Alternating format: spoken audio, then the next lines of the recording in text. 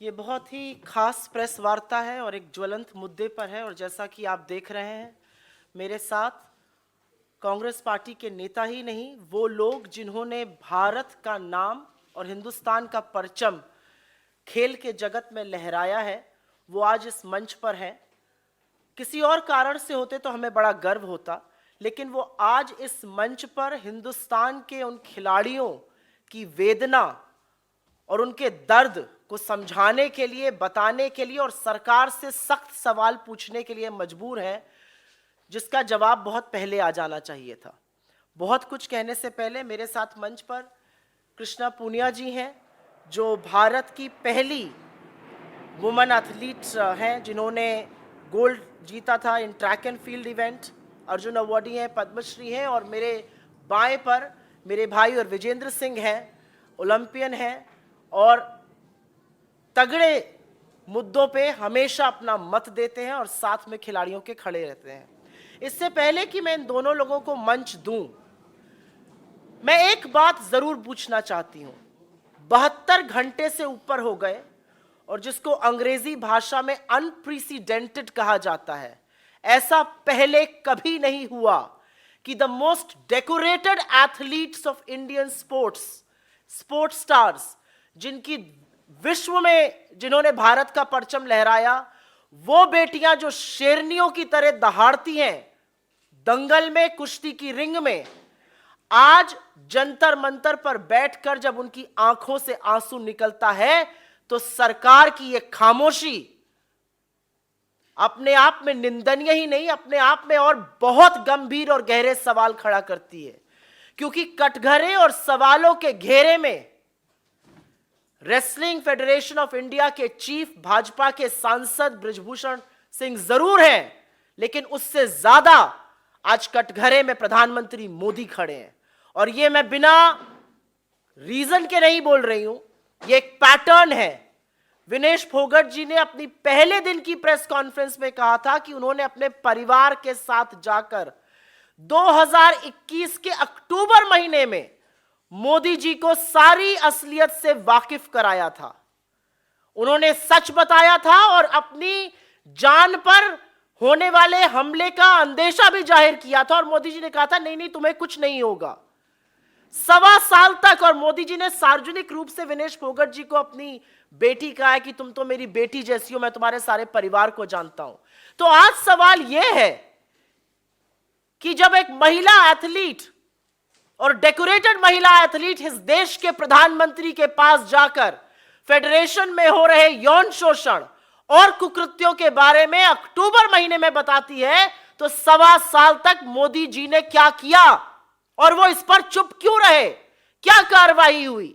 मंत्री, सांसद अभी भी अपने पद पर बरकरार है, कोई इंटरनल इंक्वायरी नहीं हुई, कोई सवाल जवाब नहीं पूछा गया। और हम ये क्यों ना पूछें कि इस सरकार का पैटर्न है, ये बड़े बड़े आक्षेप और बड़े बड़े आरोप लगते हैं, उसके बाद कटघरे में इनके मंत्री, इनके सांसद खड़े होते हैं, लेकिन बेशर्मी के चलते और थेथरई के चलते यह सरकार उनको पद से बर्खास्त नहीं करती। यह हमने अजय मिश्रा टेनी के केस में भी देखा था, जो आज भी मंत्री बने हुए हैं, और बृजभूषण सिंह के केस में भी हम देख रहे हैं।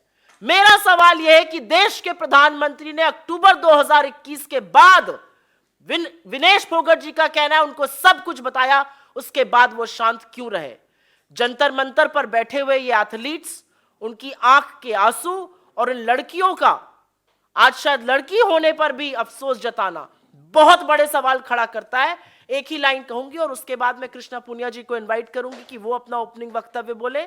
हमने अभी तक सरकार के एक नुमाइंदे से इन कुकृत्यों की निंदा नहीं सुनी, इसकी भर्त्सना नहीं सुनी।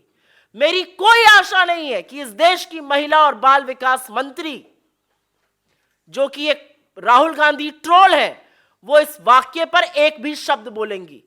भाजपा में कुलदीप सिंह सेंगर हुए, भाजपा में चिन्मय आनंद हुए, भाजपा में अंकिता ठाकुर का कातिल बैठा है, भाजपा में लखीमपुर चीरहरण के लोग बैठे हैं। ये क्या है भाजपा का चाल चरित्र और चेहरा? और क्या बेटी बचाओ वाकई में भाजपा से बेटी बचाओ का नारा था? क्योंकि ये सारे नारे आज पूरी तरह से खोखले हैं। क्या बेटी बचाओ और क्या खेलो इंडिया। आपके जो ध्वजवाहक है स्पोर्ट्स के, वो जंतर मंतर पर बैठकर ये बोल रहे हैं हमें यौन शोषण के लिए मजबूर किया जा रहा है। ये बात प्रधानमंत्री को पता है और इस बात पर पर्दा गिराया जा रहा है। मैं आमंत्रित करती हूं कृष्णा पूनिया जी को कि वो खिलाड़ियों के बारे में, महिलाओं के बारे में और क्या हो रहा है उस सच को उजागर करें। नमस्कार सभी साथियों को। और मैं यही कहना चाहूँगी कि जब समाज से कोई लड़की निकलकर अपने आप को आगे बढ़ाना चाहती है तो सबसे पहली लड़ाई उसकी समाज से होती है, और वो उन जद्दोजहद से निकलकर दिन रात एक करके पसीना बहा के, खून बहा के और देश के लिए पदक जीतने की सोचती है।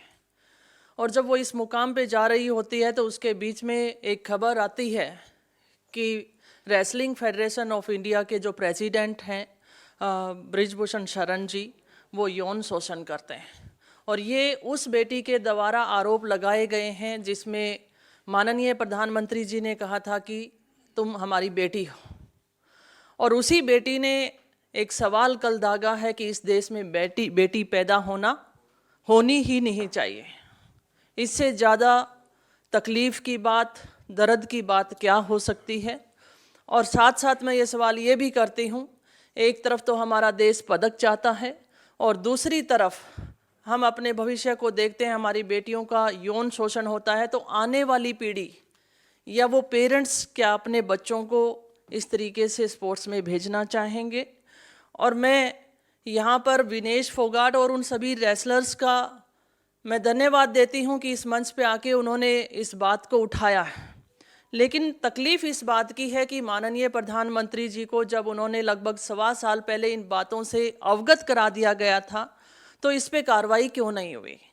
और जैसा कि सुप्रिया जी ने कहा कि 72 घंटे के बाद भी ये शर्मनाक बात सड़कों पे अभी तक चल रही है, लेकिन बीजेपी के नेताओं के द्वारा कोई ऐसा स्टेप नहीं उठाया गया। और सुप्रिया जी, आपको ध्यान दिलाना चाहूँगी कि हरियाणा के मंत्री के द्वारा भी एक लड़की के साथ इसी तरीके से कुकृत्य की बात आई थी और उस लड़की ने भी अभी लगभग मेरे ख्याल से 1.5 महीना ही हुआ होगा ज़्यादा से ज़्यादा, और वो बात वहीं पे स्टॉप हो गई है।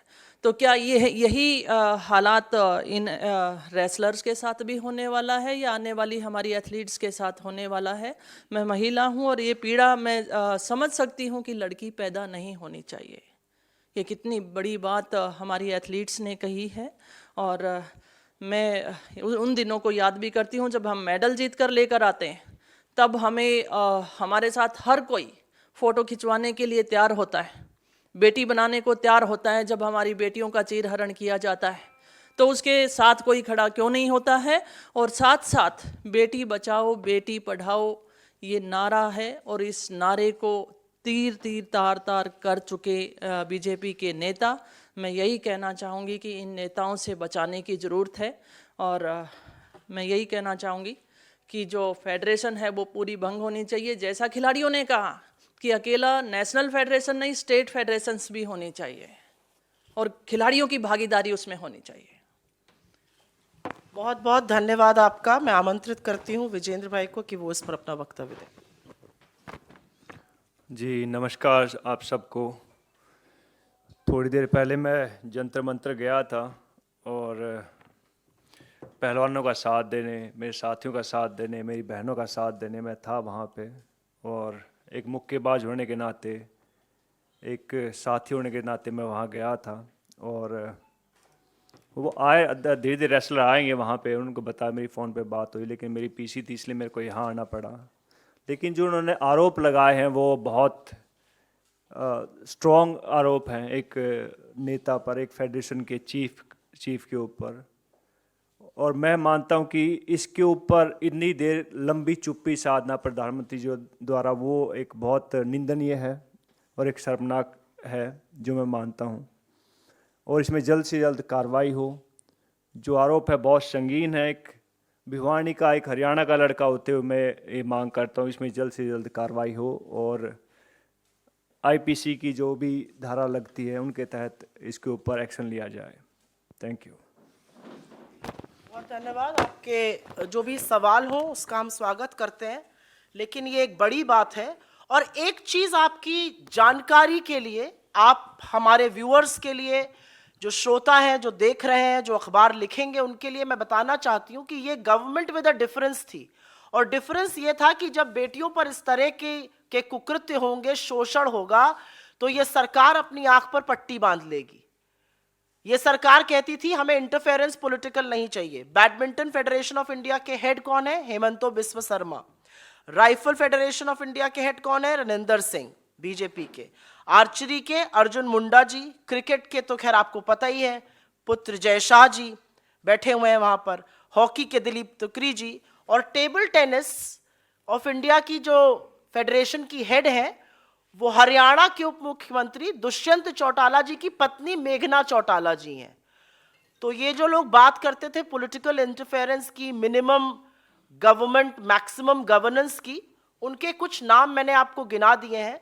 रेसलिंग फेडरेशन में जो हो रहा है, इससे सबको सबक सीखना चाहिए कि, और जैसा कि दोनों खिलाड़ियों ने कहा, ये सिर्फ यहाँ पे विशुद्ध हम राजनीतिक बात नहीं कर रहे हैं। दो खिलाड़ी आपको बता रहे हैं कि कितना मुश्किल होता है खिलाड़ी के लिए लड़ना समाज से, परिवार से। सोचिए उन माँ बाप को जिनको आज अपनी बेटियों को स्पोर्ट्स में भेजना है, वो कितने आशंकित होंगे और क्या उनके मन पर बीत रही होगी। आपके कोई सवाल हो तो उसका स्वागत है। सुवो मोटो प्लीज।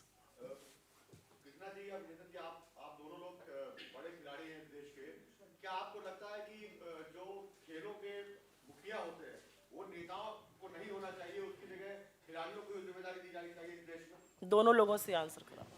हाँ, मैं आपकी बात का समर्थन करती हूँ। खिलाड़ी अगर एसोसिएशंस में होंगे तो खिलाड़ी की प्रॉब्लम्स को अच्छे से समझ सकते हैं, और जो एथलीट्स की पार्टिसिपेशन इसमें ज़्यादा रहेगी तो उसमें और ज़्यादा बेहतर होने के चांसेस ज़्यादा रहेंगे। और बहुत ज़रूरी है, बिकॉज एक खिलाड़ी की भावना को समझ सकता है, और खिलाड़ी इस फेडरेशन में आएंगे, इसका हिस्सा बनेंगे। बिकॉज एक तरह से ढोंग तो किया गया था, बिकॉज कई बॉक्सरों को भी इस फेडरेशन का एक उसमें बनाया गया था हिस्सा, लेकिन उनको कभी भी इस मीटिंग में नहीं बुलाया गया। जैसे बॉक्सिंग की मैं बात करूँ तो बहुत सारे लड़कों ने बताया कि भाई साहब हम भी हिस्सा थे उस बॉक्सिंग फेडरेशन का, लेकिन हमें कभी किसी मीटिंग में नहीं बुलाया जाता। तो अगर कोई खिलाड़ी अगर किसी उस फेडरेशन का हिस्सा होता है तो बहुत अच्छी बात है, और ये होना चाहिए। पर हम कहाँ मार खाते आप सबको मालूम है।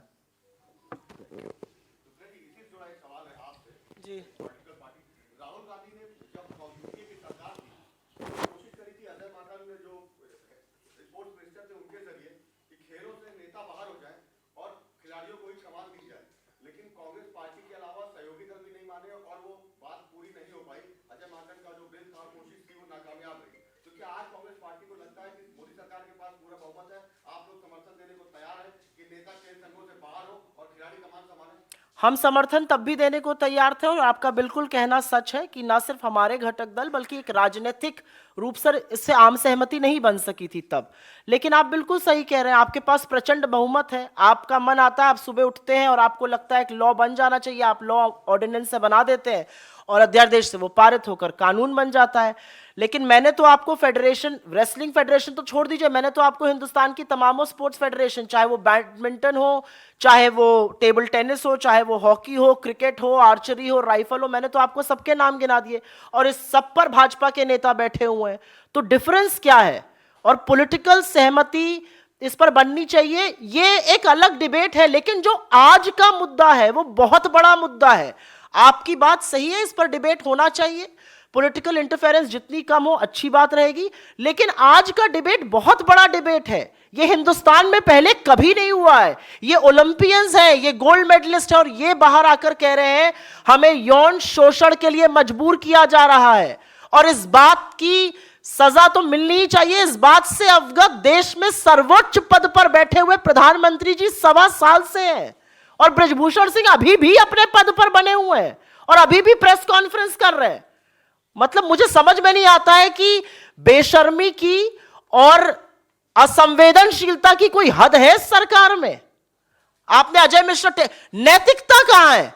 नैतिक धुरी ये कहती है आपका नाम आया और ऐसे आक्षेप में आया, आपको तुरंत रिजाइन कर देना चाहिए। लेकिन नैतिकता तो सर्वोच्च पद की भी पूछी जाएगी ना। आज जब विनेश फोगाट ने बोला कि मैंने प्रधानमंत्री को अक्टूबर 2021 में इस मामले से अवगत कराया था, तो मेरा सिर्फ एक सवाल है, मोदी जी ने क्या किया? क्यों आंख पर पट्टी डाले वो आज बैठे रहे कि ये खिलाड़ी सड़क पर सार्वजनिक रूप से उतरने को मजबूर हुए हैं और आज कुछ मीटिंग्स करी जा रही हैं?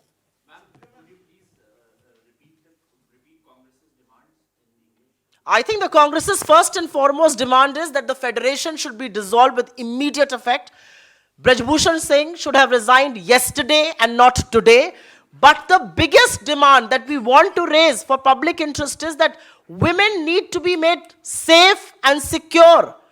I mean, these are some of India's most decorated athletes who've come out in the open and said that they are being forced for sexual harassment. What more do we want our girls to say? And I think the biggest question before the country today is that when Mr. Modi got to know the gory details of what was happening in the Wrestling Federation of India in October 2021, and Vinesh Phogat is on record to say that she briefed the Prime Minister along with her family, what did he do? Why did he not speak? Why did he not have an inquiry done? Was there an interdepartmental inquiry done? Was Mr. Brajbhushan Singh summoned? Was he asked to clarify his stand? There are many questions today, and I think that is our foremost demand. This country needs to know the truth, and more than anything else, please imagine parents of girls who are in sports. What are they going through at this moment? I have two celebrated, decorated sports stars sitting next to me. They have told you how they feel about it.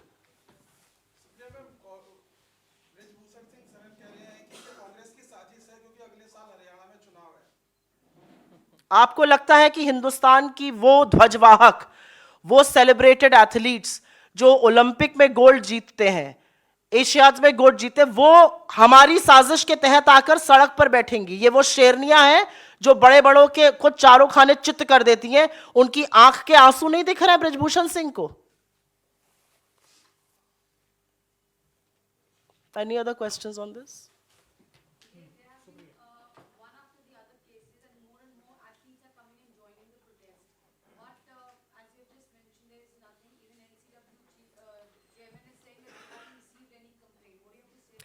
I think more than anything else, the conspicuous silence of this government. Not one spokesperson. Spokespersons, by the way, have withdrawn from television debates. No BJP spokesperson is coming for a debate on this very issue. No BJP supporter is speaking on this. Not a single minister has put out a word condemning this incident. You have India's most celebrated sports stars sitting at Jantar Mantar. It is unprecedented. And more than anything else, the institutions that are meant to safeguard women, sports persons, what are they doing? NCW is very quick to lodge any complaint. NCW को तो आपको बोलना नहीं पड़ता है, वो तो एक ट्वीट कर दीजिए, अगर बीजेपी वाला कर देता है तो वो लपक के पहुंच जाती हैं। आज कहां है NCW? और क्यों नहीं? अब वो इंतजार कर रही है कि कोई आकर उनको कंप्लेन करेगा। वो सुओ मोटो इसका कॉग्निसेंस क्यों नहीं ले रही है?